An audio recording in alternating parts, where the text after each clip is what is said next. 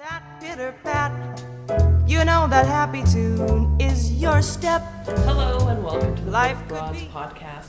This podcast was recorded on Sunday, September 27th at Word on the Street in Vancouver, BC, Canada. I'm Kimberly Plumley, and today I'll be talking with Robyn Hardy, author of Mom, Will This Chicken Give Me Man Boobs? From Greystone. Hello, Robyn. Hi, Kim. Thanks for having me. Oh, our pleasure to have you here. I have... When I heard the title of this book, and I've seen it on the ferry, I've seen it everywhere, I went, that is the best title in the world. Honestly. Was that you just was one of the things, did you come to the title first and then write the book, or how did that work? No, I actually, that is an actual quote from my son as we were eating chicken and talking about hormones in chicken, and he spat out his chicken fajita and said, "Mom, is this chicken going to give me man boobs?" And so I actually have a chapter in my book all about meat. Right, and you know, when you have kids, you're thinking about hormones and steroids and antibiotics and all the worry. And so the title of the chapter was "Mom, Will This Chicken Give Me Man Boobs?" And then when we were struggling for a title for the book, someone at my publishing house said, "Well, why don't we call it Mom, Will This Chicken Give Me Man Boobs?" Which I think was a good choice, because you can't ignore that. No, and it's really, people are like, "Oh yeah, Yeah. I get that."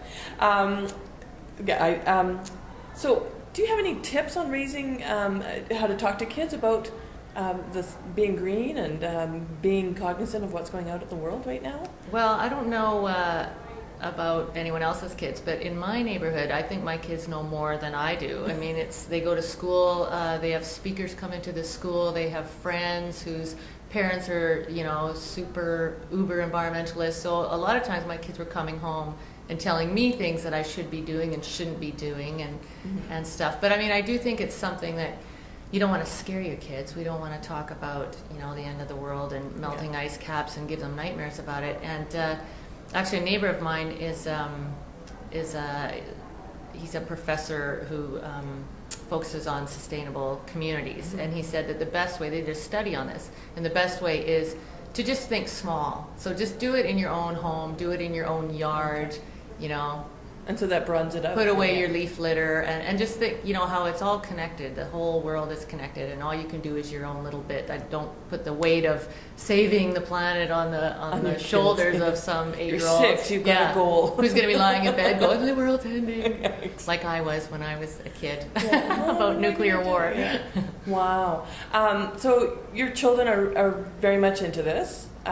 They bring it up to the table for you, talking about the environment, and you have interesting neighbors. Your woman who has 3 children, and she rides her bike everywhere. Yeah. And understanding her that you're living up to her standards. Yes. What is it like living up to those kind of standards in your neighborhood? Well, it's intimidating, and I have to say, this woman, I call her Valerie Green in my book to protect her anonymity, though everyone in my neighborhood knows who she is because she rides by with a cello and a bike trailer.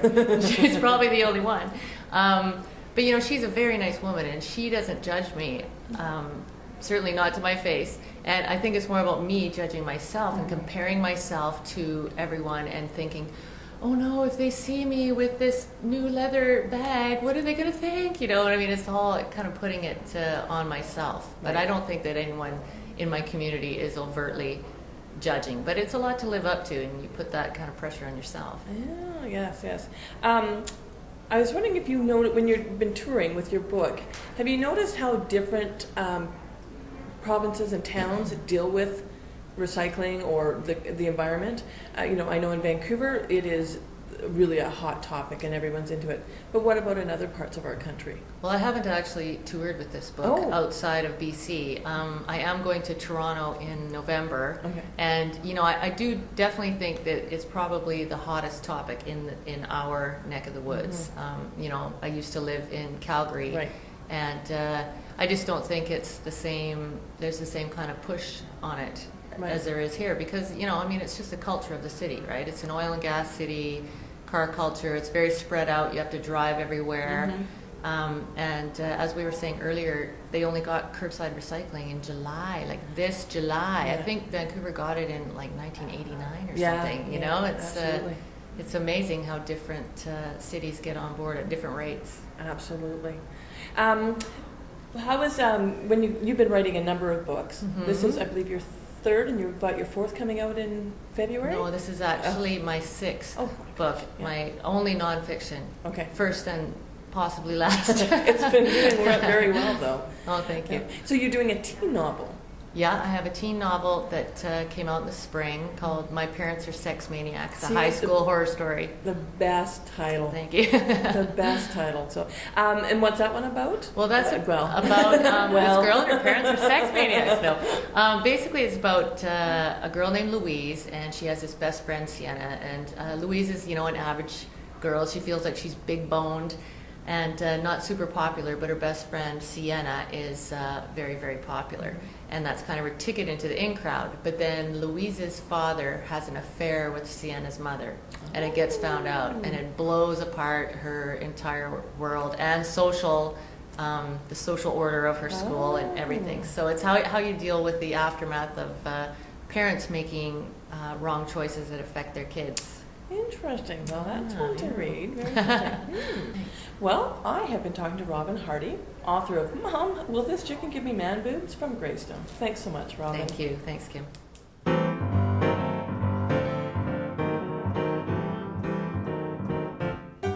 The Book Broads are Angela Crocker. Kimberly Plumley. And Peggy Richardson. Together we write, speak, and consult on publishing, marketing, social media, and publicity in the world of books. Head on over to thebookbroads.com for more podcasts, blog posts, and details about how to find us on Twitter, Facebook, and LinkedIn. You know, the Book Broads can be found in the real world wherever words are celebrated. Meet the Broads at Book Camp Vancouver, the Surrey International Writers Conference, and the Making a Scene Conference in October. The end!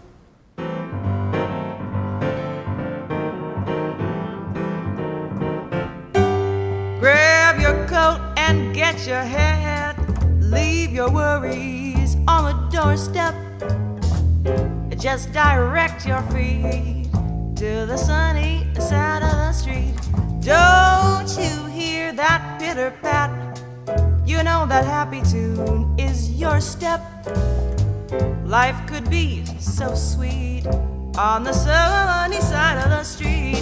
I used to walk in the shade with my blues on parade. Now you know I'm not afraid, 'cause this rover done crossed over. You know